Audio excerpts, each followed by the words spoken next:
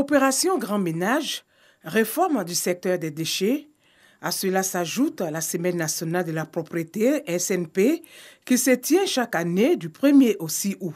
Des actions qui visent à offrir aux populations un cadre de vie et de travail propre et sain. La Semaine nationale de la propriété sera marquée par plusieurs activités.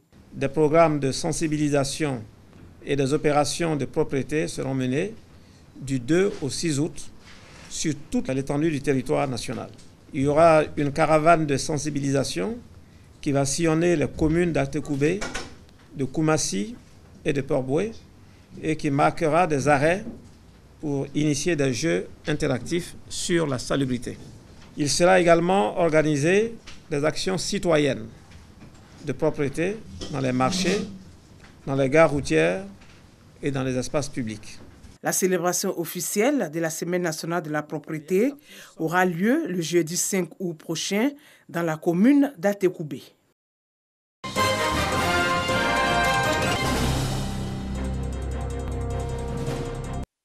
Une machine pour broyer des armes à feu. L'action symbolise le perpétuel combat de la Comnat ALPC qui commémore ainsi la Journée internationale de destruction des armes légères et de petit calibre. Notre pays fait partie du cercle restreint des pays dans le monde qui respectent cet engagement. Quand nous collectons les armes, ce n'est pas pour leur permettre de retourner dans la circulation illicite et encore menacer les vies humaines. Lorsque les armes sont en excédent, c'est-à-dire des armes qui ne peuvent plus être utilisées par les forces, elles sont détruites. Les armes qui sont saisies à l'occasion des procédures pénales sont également détruites pour éviter que les bandits les récupèrent.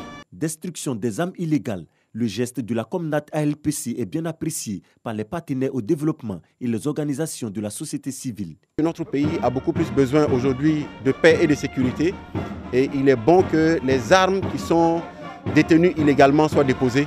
Et bien entendu, quand elles sont déposées, il faut qu'on sache qu'est-ce qu'on en fait. Ça fait plaisir de voir qu'il y a un travail réel qui se fait et que ces armes sont détruites avant qu'elles ne détruisent des vies inutilement et c'est fait de façon très professionnelle. La lutte contre les armes légères et de petit calibre demeure une réelle préoccupation pour l'État. Les initiatives de la Comnat ALPC sont donc encouragées. Depuis 2012, la Comnat procède ou coordonne la destruction des armes collectées, saisies ou obsolètes. Ainsi, ce sont environ 1526 000 antipersonnels, 6 336 engins explosifs et 19 765 armes obsolètes saisies. La Journée internationale de la destruction des armes légères est l'occasion de souligner le travail effectué par la Comnat ALPC et de montrer aux populations et aux partenaires la destination finale des armes collectées, saisies ou obsolètes. La Journée internationale de destruction des armes légères et de petit calibre est célébrée officiellement le 9 juillet de chaque année. Elle a été instituée en 2001 par les Nations Unies.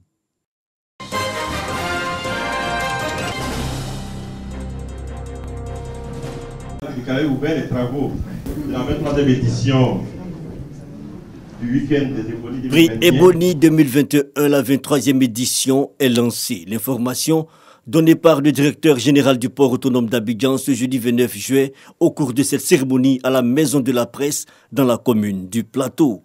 Le président de l'Union nationale des journalistes de Côte d'Ivoire, UNJCI, annonce des innovations pour cette 23e édition. Nous allons continuer toujours sur les innovations que nous avons déjà entamées l'année dernière. Le week-end déjà en lui-même est une innovation. Le panel en tout cas des experts et des intellectuels sera aussi une innovation.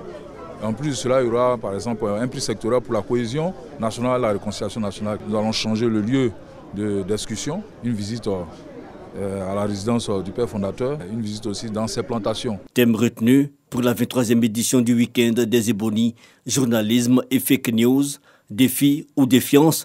Parrain de la cérémonie, le directeur du port autonome d'Abidjan, qui invite les entreprises de presse à travailler davantage pour relever les défis du numérique. Nous sommes là parce que le thème nous interpelle tous. Quand vous comprenez un peu le rôle de la presse dans nos sociétés et à s'imaginer que cette presse-là puisse être gangrénée, c'est inquiétant.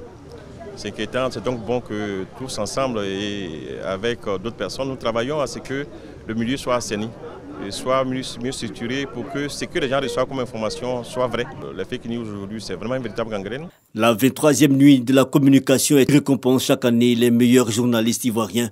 Elle va se tenir du 17 au 19 décembre 2021 à l'hôtel président de Yamoussoukro. La date du dépôt des productions sera communiquée ultérieurement. Le prix du Super Ebony 2021, ce sera un véhicule flambant neuf et bien d'autres lots.